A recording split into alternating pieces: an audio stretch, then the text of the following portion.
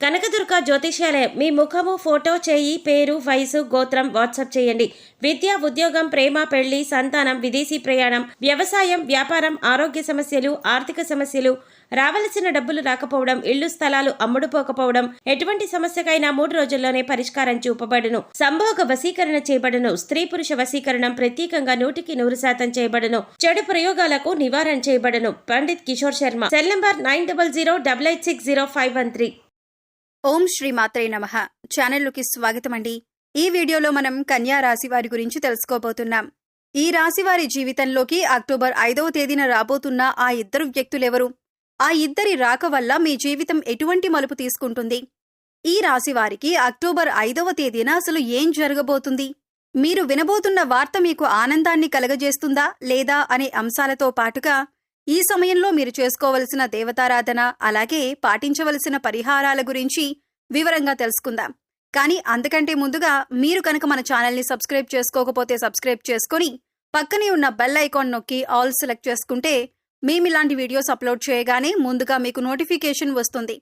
అలాగే వీడియోని ఎక్కడా కూడా స్కిప్ చేయకుండా చివరి వరకు చూస్తేనే మేమేం చెబుతున్నామో మీకు పూర్తిగా అర్థమవుతుంది. ఇక వివరాల్లోకి వెళితే, ఈ రాశివారు చాలా సున్నితమైన స్వభావాన్ని కలిగి ఉంటారు. చూడటానికి ఈ రాశివారు బయటికి కోపంగా కనిపించినా కూడా వీరితో ఎక్కువగా పరిచయం ఉన్న వారికి వీరి గురించి బాగా తెలుస్తుంది. ఎందుకంటే వీరంత సున్నితమైన మనసుని కలిగి ఉంటారు. ఎప్పుడూ ఇతరులకి మంచి జరగాలని కోరుకుంటారు. తమకి ఉన్నంతలో ఎదుటి వ్యక్తికి సాయం చేయాలని మనస్తత్వాన్ని కలిగి ఉంటారు. ఇలాంటి ఎన్నో మంచి లక్షణాలు ఉన్న ఈ రాశివారికి ఒక చిన్న ఇబ్బంది కూడా ఉంటుంది. అదేంటంటే, ఎంత డబ్బులు సంపాదించినా కూడా వీరి చేతిలో ధనం అనేది నిలవదు. ఏదో ఒక రూపంలో ఖర్చు అయిపోతూ ఉంటుంది. అయితే ఆ ఖర్చు చూడటానికి ఏదీ కూడా వృధా ఖర్చు అనిపించదు. అంటే ఉదాహరణకి మీరు ₹1 సంపాదించారనుకోండి, అది ఖర్చవ్వటమే కాకుండా ఇంకా ₹10 ఖర్చు కనబడుతూ ఉంటుంది. దీనివల్ల ఆర్థిక ప్రణాళిక అనేది ఈ రాశివారికి ఇబ్బందిగా మారుతుంది. ఇక ముఖ్యంగా ఈ రాశివారి జీవితంలో కొత్తగా ఇతర వ్యక్తుల పరిచయం వల్ల వీరి జీవితం మలుపు తిరగబోతుంది. సాధారణంగా మనం చూసుకుంటే, మన జీవితంలోకి ఎవరైనా కొత్త వ్యక్తి వచ్చినప్పుడు మన జీవితం మలుపు తీసుకుంటుంది. అయితే కొన్ని పరిచయాలు మంచికి దారితీస్తే, మరికొన్ని పరిచయాలు చెడుకు దారితీస్తాయి. ఇప్పటిదాకా ఎన్నో రకాలుగా కష్టాలు పడిన ఈ రాశివారికి ఇకపై మంచి సమయం వచ్చిందనే చెప్పాలి. అయితే ఇక్కడ ముఖ్యంగా మీరు గమనించవలసిందేంటంటే, మీకు సంబంధం లేని విషయాల్లో మాత్రం మీరు తలదూర్చకూడదు. ఎందుకంటే మీకు సంబంధం లేని విషయాల్లో కలగజేసుకుని ఏదైనా ఒక చిన్న మాట అన్నా కూడా అది మీకు తెలియకుండా మీకు చెడు చేసే విధంగా మారుతుంది. ఇటువంటి ఒక పరిణామం వల్ల మీరు జీవితంలో ఇబ్బంది పడే అవకాశం ఉంటుంది. ఇక ప్రతిరోజు కూడా మీరు ఎంతో బిజీ లైఫ్ స్టైల్ని కలిగి ఉంటారు. ఇటువంటి సందర్భంలో మీరు అనవసరమైన విషయాల్లో జోక్యం చేసుకోవటం వల్ల మీ పనుల్లో ఆటంకాలు కలగటం మాత్రమే కాకుండా శత్రువుల్ని కూడా మీరు కొని తెచ్చుకున్నవారవుతారు. ఒక రకంగా చెప్పాలంటే, ఇప్పటికే ఈ రాశి వారికి శత్రువులు ఎక్కువ. మీరు చేసే పనిని ఏ విధంగా చెడగొడదామని ఎదురు చూస్తున్న వారు ఉన్నారు. అంతేకాకుండా మీరు జీవితంలో ఎదుగుతుంటే ఓర్వలేని వారు కూడా ఉన్నారు. పైకి మంచిగానే మాట్లాడుతూ మీతో స్నేహంగా నటిస్తూ మీ పతనాన్ని కోరుకుంటున్నారు. మరి ఇటువంటి సమయంలో ఇద్దరు నూతన వ్యక్తుల పరిచయం మీ జీవితాన్ని మలుపు తిప్పుతుంది అనటంలో ఎటువంటి సందేహం లేదు. అయితే వీరి పరిచయం వల్ల మీకు మంచి జరగబోతుంది. ఇక ఇద్దరు వ్యక్తులు మీ జీవితంలోకి వచ్చారని ఎలా గుర్తించాలి, వారి పేర్లు ఏ అక్షరంతో మొదలవుతాయి అనే అంశాలను ఇప్పుడు వివరంగా తెలుసుకుందాం. మీ జీవితంలోకి రాబోతున్న మొదటి వ్యక్తి యొక్క పేరులోని మొదటి అక్షరం ఏ అనే అక్షరంతో మొదలవుతుంది. అలాగే మరొక వ్యక్తి యొక్క పేరు చూసుకున్నట్లయితే ఎస్ అనే అక్షరంతో పేరు మొదలయ్యే వ్యక్తి కూడా మీకు నూతనంగా పరిచయమయ్యే అవకాశం ఉంది. అయితే ఇప్పటికీ ఆ అక్షరాలతో పేర్లు మొదలయ్యే వాళ్ళు మీ జీవితంలో ఉంటే కనుక వాళ్లే అని మీరు అనుకోవద్దు. ఇప్పుడు కొత్తగా ఈ వ్యక్తి పరిచయం అవ్వటం వల్ల మీరు చేస్తున్న వృత్తి, ఉద్యోగ, వ్యాపారాలలో అనూహ్యమైన మార్పులు చోటు చేసుకుంటాయి. ఇక మీరు విద్యార్థులైతే కనుక వీరి పరిచయం వల్ల ఎన్నో నూతన అవకాశాలను మీరు పొందుతారు. మీ విద్యకు సంబంధించి జీవితంలో ఎన్నో నూతన ప్రయత్నాలను చేసి వాటిలో విజయం పొందుతారు. ఇక విదేశాలకు వెళ్లాలి అనుకునేవారు ఈ నూతన అభ్యర్థుల పరిచయం వల్ల మీకు వారి నుంచి కావలసినంత సహాయం లభిస్తుంది. మాట సహాయం కానీ, ఆర్థిక సహాయం కానీ, దీనివల్ల మీరు జీవితంలో ఉన్నత స్థానానికి ఎదగటానికి సహాయపడుతుంది. ఇక మీరు చేస్తున్నటువంటి ఎటువంటి వృత్తి, ఉద్యోగ, వ్యాపారాలైనా కూడా ఈ వ్యక్తుల రాక వల్ల విస్తరింపబడతాయి. ఉద్యోగంలో మీకు వారు ఎంతో సహాయం చేస్తారు. ఇక వ్యాపారపరంగా చూసుకున్నట్లయితే వీరి కారణంగా మీకు ఆర్థిక లాభాలు పొందే అవకాశం కూడా ఉంటుంది. అలాగే ఈ సమయంలో మీరు అందరినీ నమ్మకూడదు. ముందుగా ఎదుటి వ్యక్తులు మీ మంచికి చెబుతున్నారా లేదా వారు మీ చెడు కోరుకుంటున్నారా అనే అంశాన్ని మీరు గమనించాలి. లేదంటే అది మీ జీవితం పైన ప్రభావం చూపించే అవకాశం ఉంటుంది. ఎందుకంటే మీ పక్కనే ఉంటూ మీతో స్నేహపూర్వకంగా మాట్లాడుతూ మీ చెడు కోరేవారు కూడా ఉంటారు. అందుచేత ఈ విషయంలో మీరు చాలా జాగ్రత్తగా ఉండాలి. ఎందుకంటే గతంలో మీకు వారు ఎంత చెడు చేసినా, అలాగే వారు చెడు చేశారు అని తెలిసినా కూడా మీరు మళ్ళీ వాళ్లతో మాట్లాడేటప్పుడు వాళ్ళు మీకు చేసిన అన్యాయం గుర్తుకు రాదు.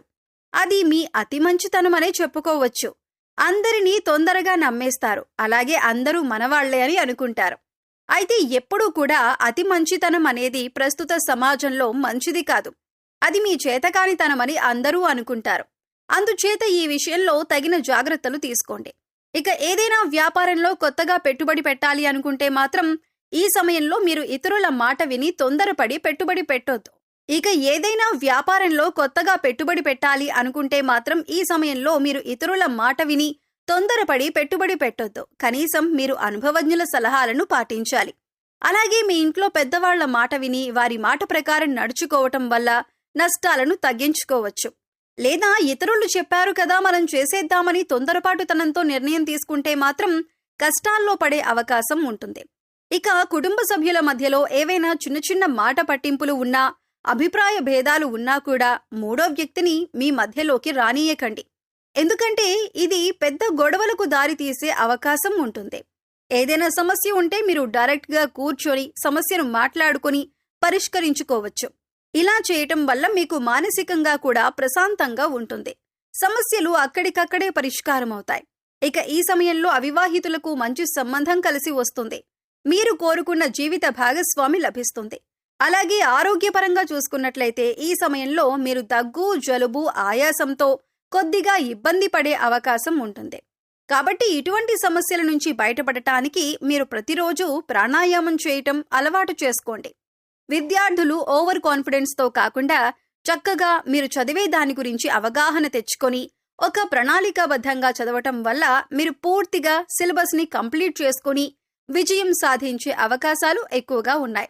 అయితే ఇక్కడ మీరు గమనించవలసిన విషయం ఏంటంటే, చదవకుండా టైం బాగుంది కదా నేను పాస్ అయిపోతాను అనుకుంటే మాత్రం అవ్వదు. ఖచ్చితంగా మీరు ప్రయత్నపూర్వకంగా సిలబస్ని కంప్లీట్ చేసి ఇన్ టైంలో రివిజన్ చేసినట్లయితే మీరు అనుకున్న ఫలితాలను సాధిస్తారు. ఇక ఈ సమయంలో మీరు ఉన్నతమైన ఫలితాలను పొందటానికి చేసుకోవలసిన దేవతారాధన, అలాగే పాటించవలసిన పరిహారం గురించి చూసుకున్నట్లయితే ఈ సమయంలో మీరు ప్రతిరోజు కూడా లక్ష్మీ అష్టోత్తరం కానీ, లలితా స్తోత్రం కానీ చదవటానికి ప్రయత్నించండి. లేదా విన్నా కూడా మంచి ఫలితాలు లభిస్తాయి. ప్రతిరోజు దీపారాధన చేయండి. ఇష్టదైవ నామస్మరణ చేయండి. హనుమాన్ చాలీసా ప్రతినిత్యం చదవటం వల్ల శత్రువుల నుంచి బయటపడతారు.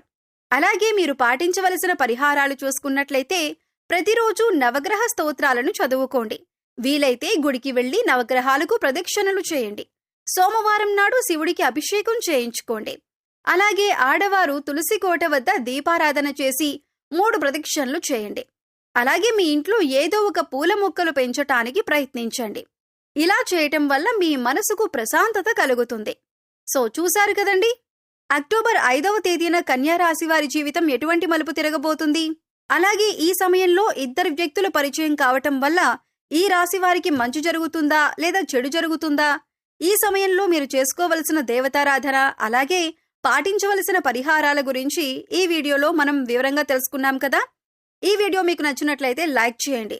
మీ ఫ్రెండ్స్ అండ్ ఫ్యామిలీ మెంబర్స్ లో కన్యా రాశి వారు ఉంటే వారితో ఈ వీడియోని షేర్ చేసుకోండి.